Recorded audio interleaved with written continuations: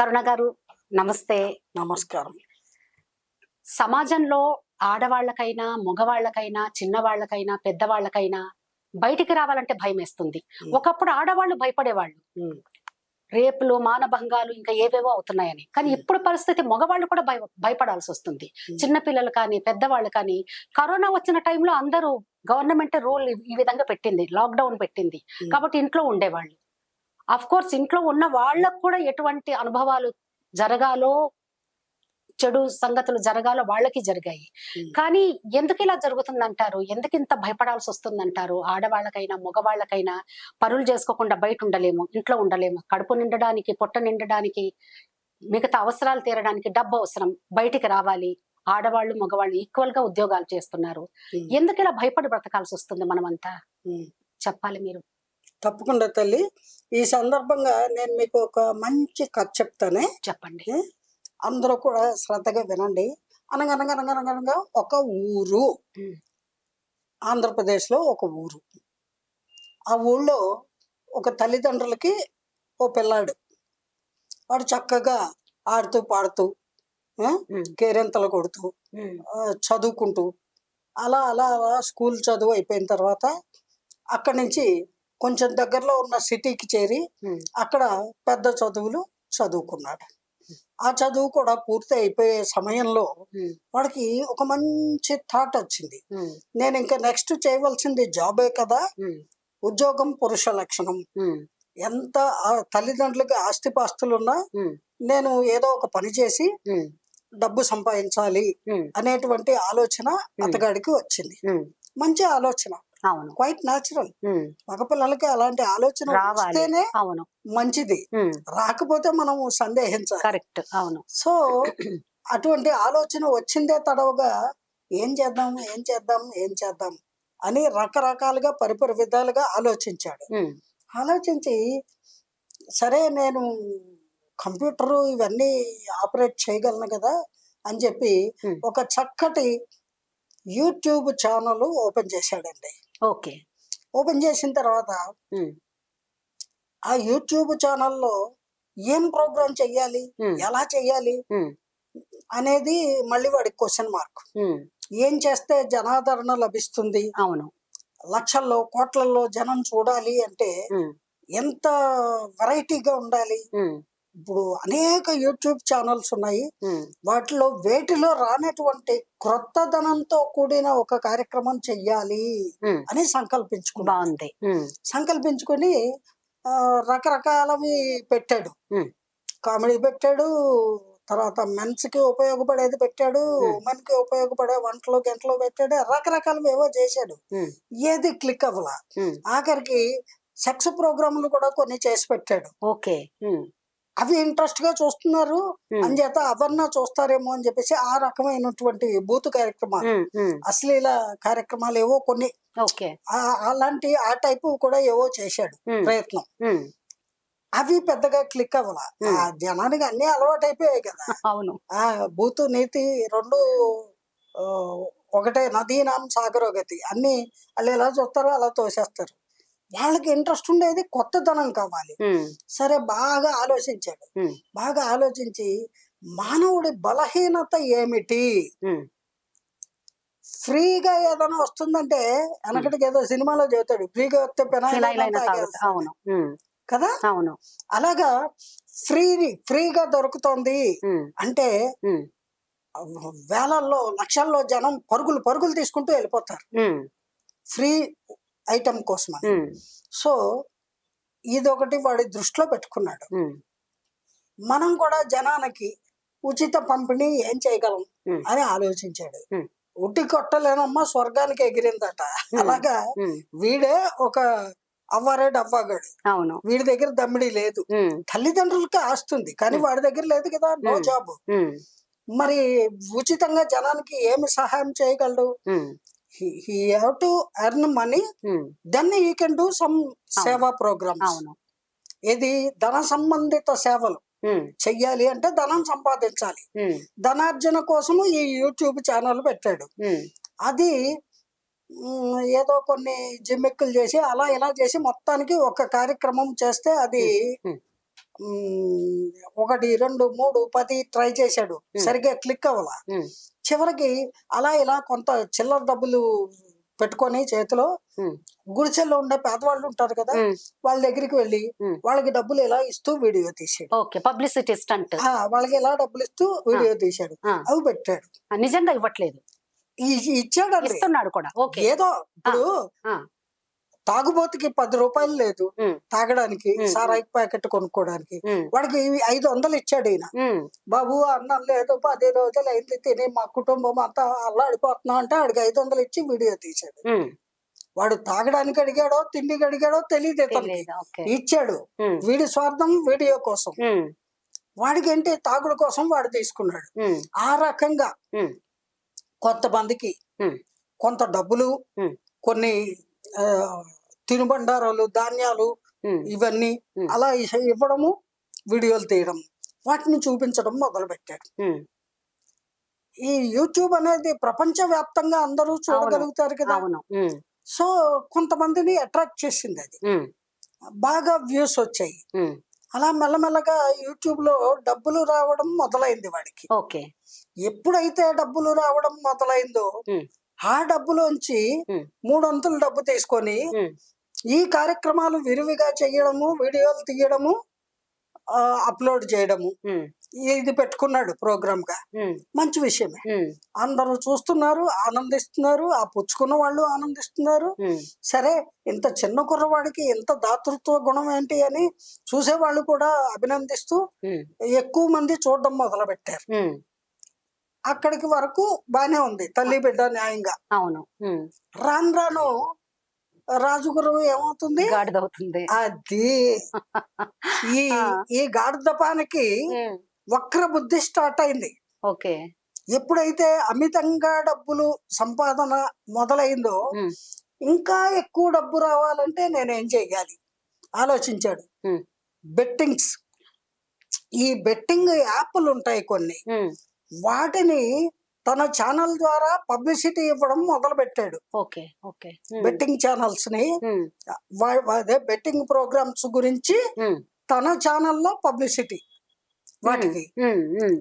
దానికి మధ్య తరగతి వాళ్ళు, అంతకంటే పై స్థాయి వాళ్ళు, చెప్పానుగా ఫ్రీగా 10 రూపాయలు పెడితే 10 లక్షలు వస్తాయి, 1,00,000 రూపాయలు పెడితే 100 కోట్లు వస్తాయి అంటే ఎగబాకుతారు కదా. అటువంటి మెంటాలిటీ ఉన్న మనుషులందరూ ఇంకా బెట్టింగ్ యాప్లు వెనకాల పరుగులు మొదలు పెట్టారు, ఇన్వెస్ట్ చేయడం మొదలు పెట్టారు. అప్పుడు ఆ యాప్లు ఎవరివైతే ఉంటాయో వాళ్ళు ఇతగాడికి పెద్ద మొత్తాల్లో డబ్బులు ఇవ్వడం మొదలు పెట్టారు. ఇచ్చి ఇతన్ని అడ్వర్టైజింగ్ చేయడానికి పెట్టుకున్నారు వాళ్ళు. ఇదంతా జరిగిపోతూ ఉంది. ఎవరో డబ్బు రాని వాళ్ళు ఉంటారు కదా, వచ్చిన వాడు సైలెంట్ గా ఉంటాడు, వచ్చింది నాకు డబ్బు అని చెప్పడం. రాని వాళ్ళు బాధ్యతలు ఉంటారు కదా, వాళ్ళు వెంటనే వీడి మీద కంప్లైంట్లు, ఫిర్యాదులు. ఇంకో పలానా వాడు వాడి యూట్యూబ్ లో ఇలాగా బెట్టింగ్ల గురించి ఇచ్చేస్తున్నాడు, పబ్లిసిటీ ఇస్తున్నాడు అని చెప్పి మీరు వాడి మీద యాక్షన్ తీసుకోండి.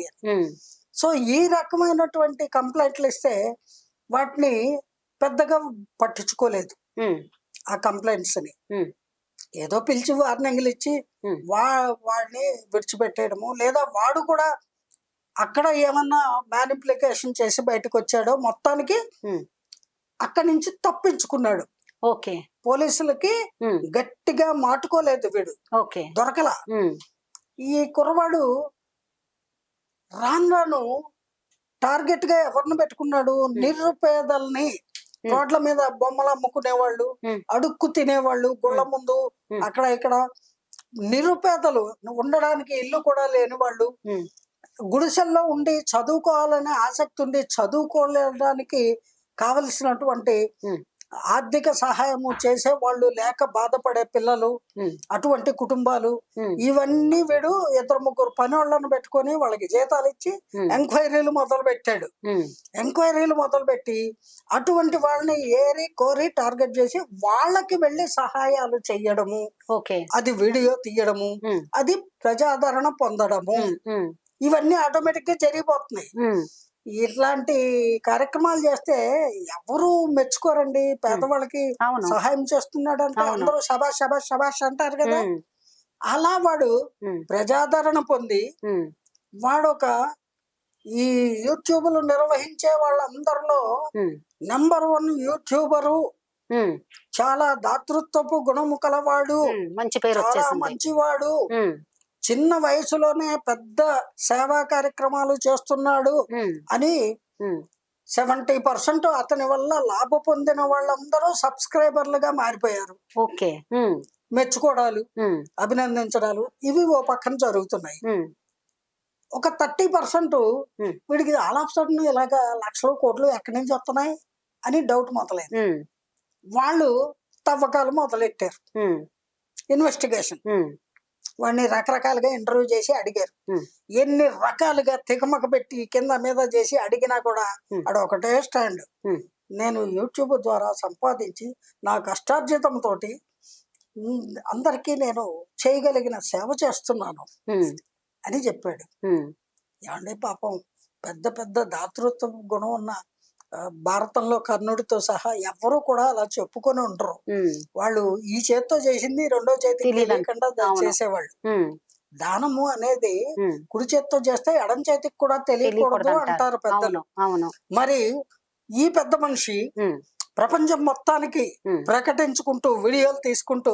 ఉమ్, అవి చూపించుకుంటూ ఉమ్, దేశ విదేశాల్లో కూడా ఉమ్, అభిమానుల్ని సంపాదించేశాడు. ఉమ్, మిలియన్స్ లో ఉమ్, అతనికి సబ్స్క్రైబర్స్, ఉమ్, డబ్బులు పంపించేవాళ్ళు, ఉమ్, రకరకాలుగా ఈ బెట్టింగ్ యాప్స్ ఏవైతే పబ్లిసిటీ చేశాడో ఉమ్, వాళ్ళ నుంచి కూడా ధనాదాయము. ఓకే. ఇలా వేరియస్ వేస్ లో అంటే రకరకాలుగా ఇతనికి ధనాదాయము పెరిగిపోయింది. ఉమ్, వీడు ఈ డబ్బు నల్లధనము అని నిరూపించడానికి ఆస్కారం లేదు. ఓకే. అంత వైట్ అమౌంట్ లాగా వస్తుంది. ఉమ్, ఇప్పుడు మీరు భాష భాష భాష శివాజీ ఇలాంటి సినిమాలు చూసారా? అవును. అవును. ఆ శివాజీ సినిమాలో చూపిస్తారు. ఏమన్నా మీరు అందరూ కూడా చూసే ఉంటారే. ఉమ్, శివాజీ రజనీకాంత్ గారు రజనీకాంత్. నటించారు. ఉమ్, ఆ సినిమాలో ఉమ్, బ్లాక్ ని వైట్ ఎలా చెయ్యాలి, నల్లధనము ఎవరి దగ్గర దాచుకున్నారో వాళ్ళ నుంచి ఎలా దోచుకోవాలి, ఉమ్, వాళ్ళని ఎలా భయపెట్టాలి, వాళ్ళ దగ్గర నుంచి దోచుకొని ఆ బ్లాక్ మనీని వైట్ మనీ ఎలా చేసుకోవాలి, ఉమ్, దాన్ని సమాజ హితవు కోరి, ఉమ్, సమాజ మేలు కోరి, సమాజంలో అట్టడుగున ఉండి కష్టాల్లో ఉన్న వాళ్ళని ఆదుకోవడానికి ఎలా వినియోగించాలి ఉమ్, ఇత్యాది కార్యక్రమాలన్నీ వాడికి ఆ సినిమాలే ఇన్స్పిరేషన్ ఏమో బహుశా. అవును. అవును. మొత్తానికి నేను అర్జెంటుగా గుర్తింపు తెచ్చుకోవాలి ప్రపంచవ్యాప్తంగా అని డిసైడ్ అయిపోయాడు. ఉమ్, డిసైడ్ అయిపోయి ఈ రకంగా ఎవరు ఇన్కమ్ ట్యాక్స్ వాళ్ళు, ఉమ్, ఈడీ వాళ్ళు ఎవరు రైడ్ చేసినా కూడా ఉమ్, ఇతని దగ్గర ఆల్ ఆఫ్ సడన్ ఉమ్, ఏ స్థాయికి వెళ్ళిపోయాడో తెలుసా? వేలు లక్షలు దాటిపోయి ఉమ్, వేల కోట్ల ధనానికి అధిపతి అయిపోయాడు. అబ్బా. ఉమ్, వేల కోట్ల ధనానికి ఉమ్, ఎంత కష్టపడిన వాడైనా 4 to 5 years లో ఎదగలడా? ఇంపాసిబుల్. ఇట్ ఈస్ పాసిబుల్ అని ప్రూవ్ చేశాడు ఆ. ఈ మహానుభావుడు. ఉమ్, ఎలా చెప్పానుగా, అదే. ఈ విధానంలో ఆ, అతను ధనవంతుడు అయిపోయాడు. ఈజీ వే, అది కూడా ఈజీగా అయిపోయింది. ఈజీ మనీ ఆ, అర్నింగ్. ఉమ్, అది ఆ టెక్నిక్ ని వాడి తెలివితేటల్ని వినియోగించి ఉమ్, ఈ రకమైన మార్గంలో అతను ఉమ్, కోటీశ్వరుడు అయిపోయాడు. ఉమ్, అయిపోయి పెరుగుట విరుగుట కొరకే అని ఎంత ఎత్తుకి విసిరి కొడితే బాలు అంత వేగం నేల మీద పడుతుంది అవును. అనే చిన్న లాజిక్ మర్చిపోయాడు ఈ పిల్లగాడు. ఉమ్, ఏమైంది, ఇంకేం చేయాలి, ఖరీదైన కార్లు కొన్నాడు, మేటలు కట్టినాడు, విమానాల్లో ప్రపంచం అంతా అక్కడిక్కడ తిరుగుతూ ఉన్నాడు. మొత్తానికి ఉమ్, ఒక చక్రం తిప్పుతున్నాడు. ఉమ్, ఆ? ఉమ్, విష్ణు చక్రం తిప్పినట్టు చక్రం తిప్పుతున్నాడు. ఉమ్, తిప్పి తిప్పి తిప్పి తిరిగి తిరిగి తిరిగి ఉమ్, చివరికి వన్ ఫైన్ డే వాడికి సూపర్ ఐడియా వచ్చింది. ఉమ్, మెగాస్టార్ అంతటి వాడిని నేను అవ్వాలి అని అంటే ఆయన పాపం 30-40 ఏళ్ళు కష్టపడి అవును. తన ప్రతిభని ప్రతి సినిమాలో ఒక ఛాలెంజ్ గా తీసుకుని నిరూపించుకుని ఆ స్థాయికి ఎదిగారు. ఉమ్, చచ్చా నేను కోట్లే ఒక్కసారి గడిచేశాను, ఉమ్, అందుకని నేను అర్జెంటుగా ఒక మెగాస్టార్ అయిపోవాలని ఫిక్స్ అయిపోయాడు. ఉమ్, అయిపోయి ఏం చేశాడు, ఒక వ్యక్తిని పట్టుకొని ఉమ్, వాళ్ళ ద్వారా ఒక సినిమా నిర్మించే ఏర్పాటు చేయించుకున్నాడు. ఓకే ఒక అమ్మాయితో పరిచయం పెంచుకున్నాడు, ఓకే. స్నేహం చేశాడు. ఉమ్, ఆ అమ్మాయి ఉమ్. నీకెందుకు బాసు, నిన్ను హీరోగా పెట్టి నేను తీస్తా సినిమా అంది.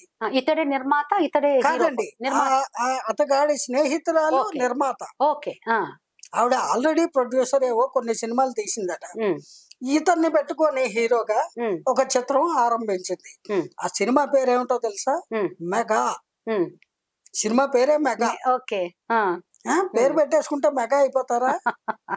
ఆ, ఓకే. ఏమవుతారు అనేది ఆ, నెక్స్ట్ ఎపిసోడ్ లో చెప్తాను. అలాగే సస్పెన్స్ లో పెట్టి వదిలేశారు మీరు మమ్మల్ని, జై గురు. వ్యూయర్స్ ని కూడా. మళ్ళీ కలుద్దాము.